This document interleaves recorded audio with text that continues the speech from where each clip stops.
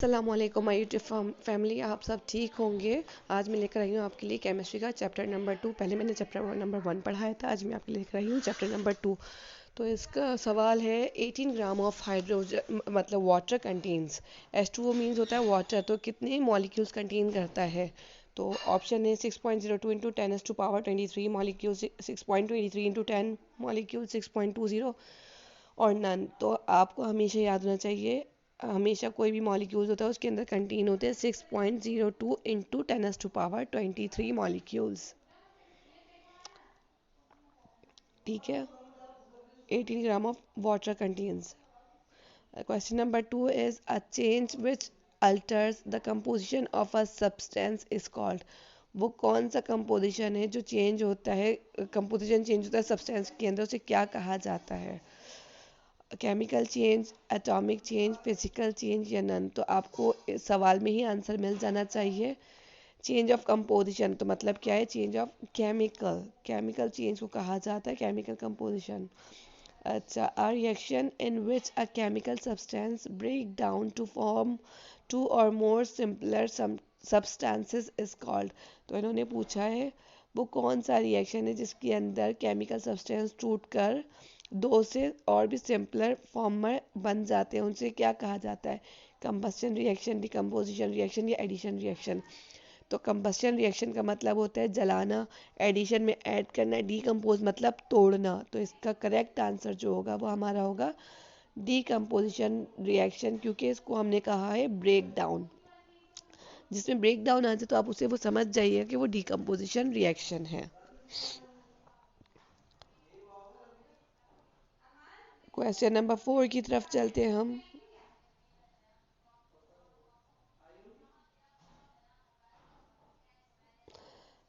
The reaction of sodium chloride with silver nitrate is given as sodium chloride NaCl plus AgNO। और उसको reaction कराया है तो उसके बाद बना है AgCl plus NaNO3। तो the type of the reaction, इसको क्या रिएक्शन कहा जाता है, सिंगल डिस्प्लेसमेंट, डबल डिस्प्लेसमेंट या कंबस्शन। तो सिंगल डिस्प्लेसमेंट में वो होता है कि रिएक्शन वापस वैसा ही नहीं बनता। डबल डिस्प्लेसमेंट रिएक्शन के अंदर अगर हम वापस से रिएक्ट करा दें तो वापस जो हमारे पास प्रोडक्ट है वो वापस से बन जाता है। और इसके बाद है कंबस्शन रिएक्शन, तो वो भी नहीं है। तो इसका जो आंसर है वो है double displacement reaction. Question number 5 है when metal react with acid और वाटर देन प्रोड्यूस। जब एक मेटल रिएक्ट करता है एसिड और वाटर के साथ तो वो क्या प्रोड्यूस करता है। Hydrogen gas, oxygen gas, chlorine gas या नन। तो आप खुद सोचिए कि एक मेटल जो रिएक्ट करता है एसिड के अंदर, हम लोग अगर पानी डालेंगे तो वो कौन सी गैस प्रोड्यूस करेगा, वो करेगा हाइड्रोजन गैस प्रोड्यूस। चलिए, which of the following is the reaction in which two or more substances combine together to form a single substance. अब इन्होंने क्या कहा है, दो से ज़्यादा सब्सटेंसेस कंबाइन होते हैं तो उसको क्या कहा जाता है, एक सिंगल फॉर्म बनाता है जो। तो मैंने आपको बताया था कंबस्शन जलाना होता है, एडिशन, डिकम्पोजिशन, डिस्प्लेसमेंट। तो आपको क्या लगता है इसका कौन सा रिएक्शन होगा, वो एडिशन रिएक्शन के अंदर ऐड होते हैं। ठीक है, कंबाइन वर्ड आ गया तो आपको समझ जाना चाहिए कि वो एडिशन रिएक्शन है। The short hand method to describe a chemical reaction is called. तो वो शॉर्ट हैंड मेथड कौन सा है जिसको डिस्क्राइब करता है केमिकल रिएक्शन, उसे क्या कहते हैं। Empirical formula, chemical equation, molecular formula या नन। तो शॉर्ट हैंड मेथड कौन डिस्क्राइब करता है केमिकल रिएक्शन का, सोचें आप भी कुछ थोड़ा बहुत। Chemical equation.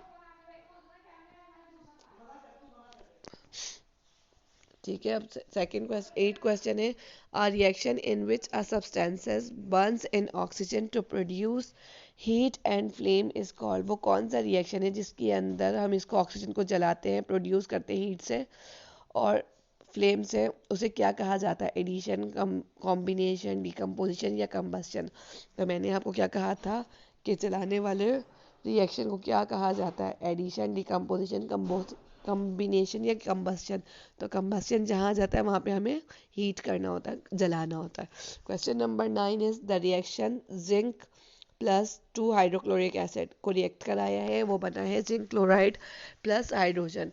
इज द अब इस रिएक्शन को क्या कहा जाता है? वो single replacement reaction, combustion reaction, C chemical combination, या डी डबल रिप्लेसमेंट रिएक्शन। तो आप ये बताइए इस वाले रिएक्शन को क्या कहा जाता है?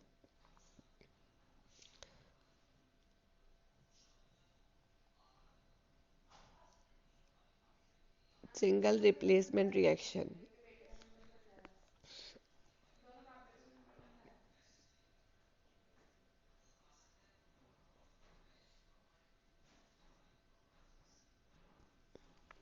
क्वेश्चन नंबर 10 की तरफ चलते हैं।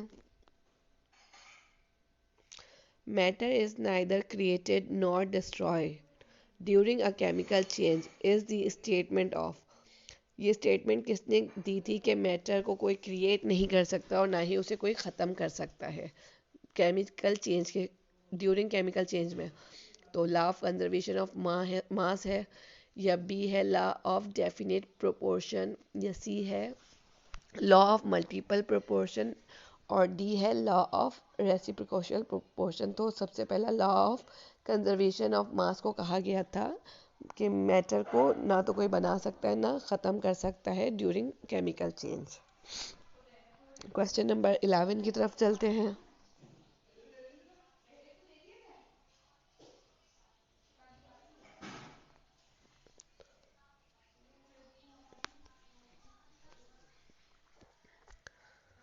A given compound always contain exactly the same proportion of element by mass is the statement of। वो कौन सा कंपाउंड हमें देता है एग्जैक्ट प्रोपोर्शन ऑफ एलिमेंट का और मास का? उस स्टेटमेंट को क्या कहा जाता है? Law of conservation of mass कहा जाता है, law of definite proportion, law of multiple proportion, law of reciprocal proportion. तो आपको समझ में आ रहा होगा डेफिनेट एग्जैक्टली का मतलब क्या होता है, डेफिनेट। तो इसका जो लॉ होगा वो कौन सा होगा? आप खुद सोचें अब, क्योंकि इसी सवाल के अंदर ही इसका जवाब है।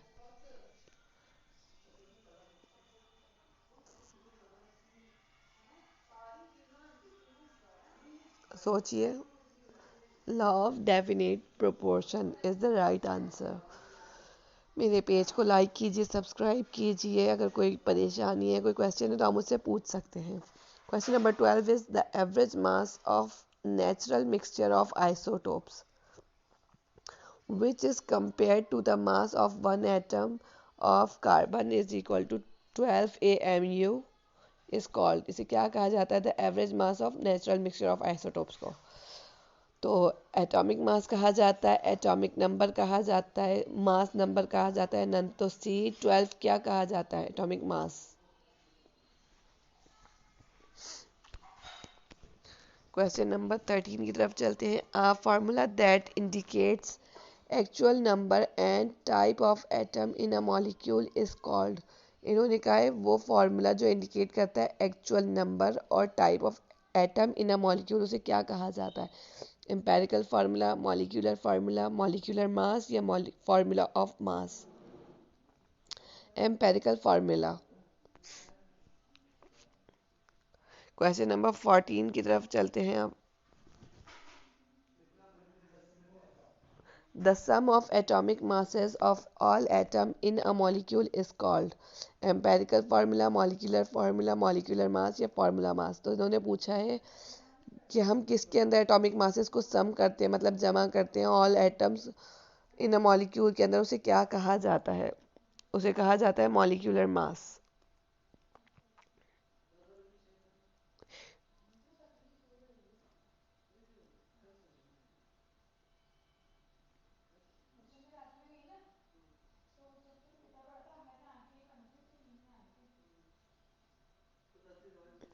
क्वेश्चन नंबर 15 है the sum of atomic masses of all atom in a formula unit of substance is called. पहले हमें उसने मॉलिक्यूल्स का पूछा था, अब इसने हमें फार्मूला यूनिट के बारे में पूछा है।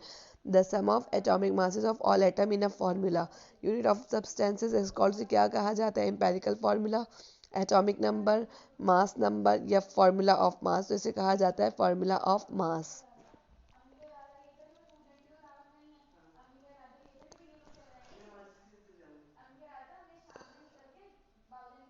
क्वेश्चन नंबर 16 है 5 moles of water are equal to. तो 5 मोल्स हैं वाटर के, वो किसके बराबर हैं? 80 ग्राम्स, 90 ग्राम्स, 50 ग्राम्स या 100 ग्राम्स? तो 90 ग्राम्स के बराबर हैं 5 मोल्स। अब क्वेश्चन नंबर 17 है the law of conservation of mass is presented by.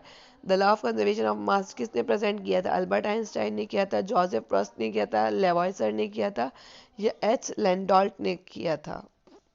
तो ऐसे किया था लेवॉइसर ने प्रेजेंट किया था the law of conservation of mass को।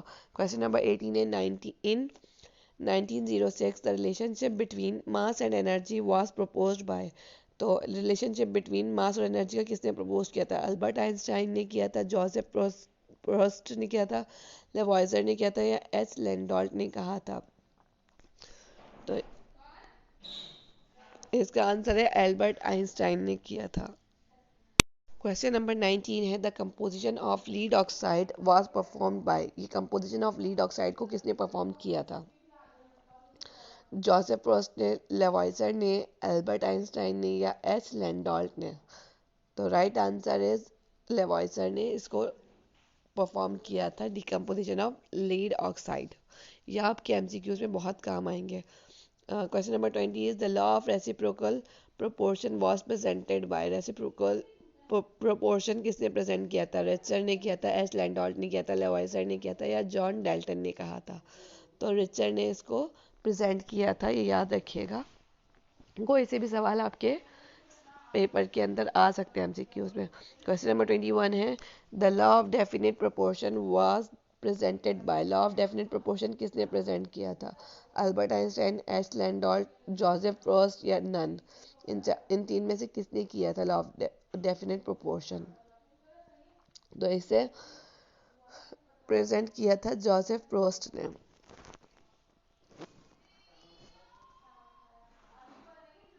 क्वेश्चन नंबर 22 की तरफ चलते हैं the reaction between sodium metal and water is. तो हम जब रिएक्शन कराते हैं सोडियम मेटल का और वाटर का, तो उसे क्या कहा जाता है उस रिएक्शन को? Single replacement reaction, double replacement reaction, combustion reaction या एडिशन रिएक्शन?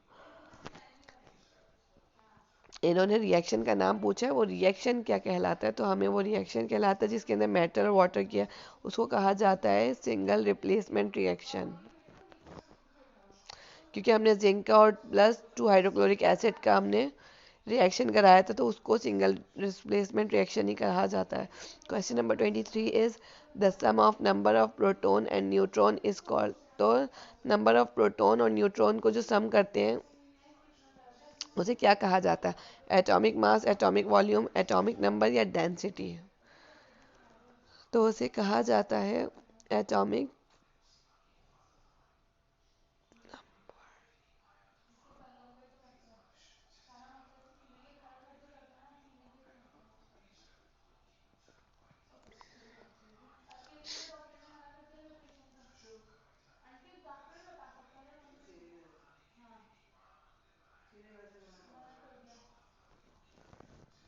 सोचिए इसको क्या कहा जाएगा, हमें सम करना है नंबर प्रोटॉन के और न्यूट्रॉन के।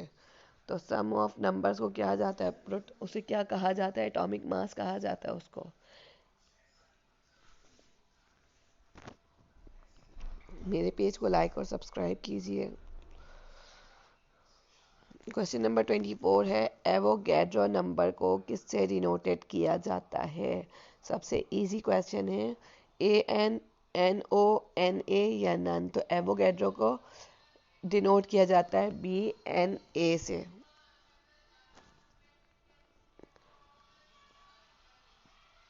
ए एन और एन ओ कोई भी डिनोटेड किसी का भी नहीं है, याद रखिएगा एन ए से ही इसको डिनोट किया जाता है। अब इन्होंने क्वेश्चन नंबर 25 पूछा the value of Avogadro number is. तो एवोगैड्रो नंबर की वैल्यू क्या है? 6.02 इंटू 10⁻23, 6.23 इंटू 10⁻23, 6.20 इंटू 10⁻23 या 6.02 इंटू 10⁻−23? तो इसका आंसर है 6.02 इंटू 10⁻23। ए इसका राइट आंसर है।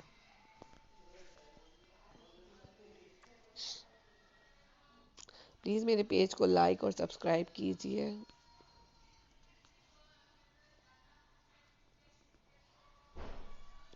चलते हैं क्वेश्चन नंबर 26 की तरफ।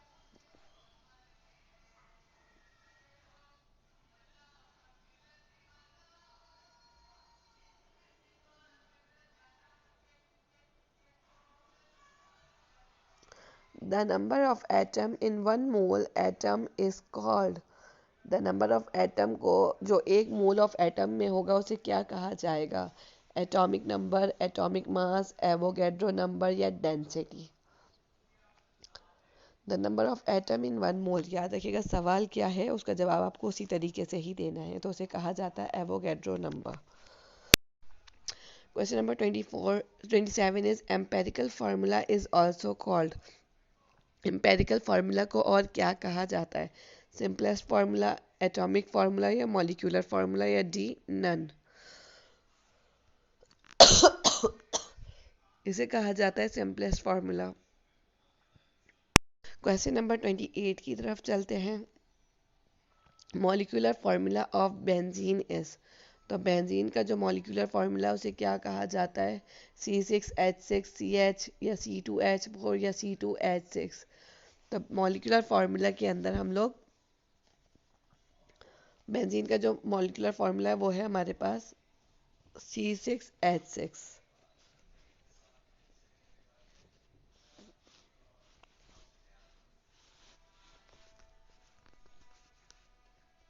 क्वेश्चन नंबर 29 है हमारे पास। द एम्पेरिकल फार्मूला, पहले हमें मॉलिक्यूलर फार्मूला बता, empirical formula of benzene is. तो उसे एम्पेरिकल फार्मूला में सिर्फ हम लोग केमिकल के नाम शो करते हैं जस्ट उसके। क्वेश्चन नंबर 30 है molecular formula of glucose is. Molecular formula of glucose किसे कहा जाता है? C6H6O6, C6H12O6, CH2O और इसके बाद कहा जाता है C2H6O6। तो इसे कहा जाता है C6H12O6। Molecular formula represent the actual number in a molecule of. वो मॉलिक्यूलर फार्मूला किसको रिप्रेजेंट करता है जिसके अंदर एक्चुअल नंबर ऑफ मॉलिक्यूल हो? प्रोटॉन, एटम, न्यूट्रॉन या नन। तो एटम कहा जाता है उसको जिसके अंदर हमें रिप्रेजेंट किया जाता है actual number. Question number 32 is there is no change during chemical change is. तो वो कौन सा केमिकल चेंज है जिसके अंदर कोई चेंज नहीं आता? Mass, volume, structure, mass and volume. तो उसे कहा जाता है मास।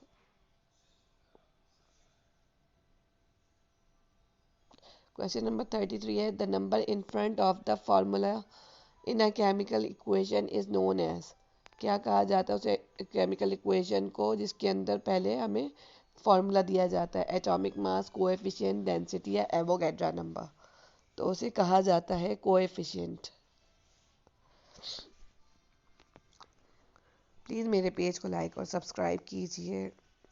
क्वेश्चन नंबर 34 है the empirical law which explain the chemical change are called the law of.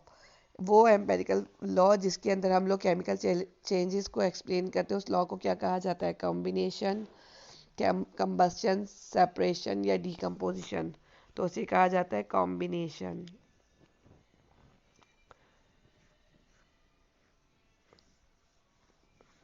Question number 35 है ब्रिजलस heated 10 gram of lead with various amount of. तो chlorine, sulphur, C bromine या डी आयोडीन। तो sulphur के साथ उस various amount of sulphur से उसको हीट किया जाता है ब्रिजलस वो लीड को। प्लीज़ मेरे पेज को लाइक और सब्सक्राइब कीजिए और अगर कुछ पूछना हो तो आप मुझसे कमेंट में पूछ सकते हैं। क्वेश्चन नंबर 36 है reactant must undergo a chemical change in order to form new. तो उसे क्या कहा जाता है? एलिमेंट, रिएक्टेंट, सब्सटेंस या नन।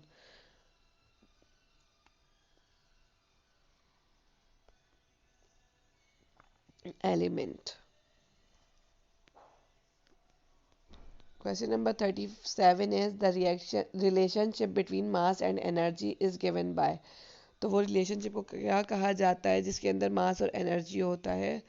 तो F is equal to M A V F V I is plus A T E is equal to M C square E is equal to 2 mc। तो इसको कहा जाता है एनर्जी और मास है तो E is equal to M C square, क्योंकि इसके अंदर एनर्जी भी है मास भी है। तो इसका फॉर्मूला है, प्लीज़ मेरे पेज को लाइक कीजिए। Thank you.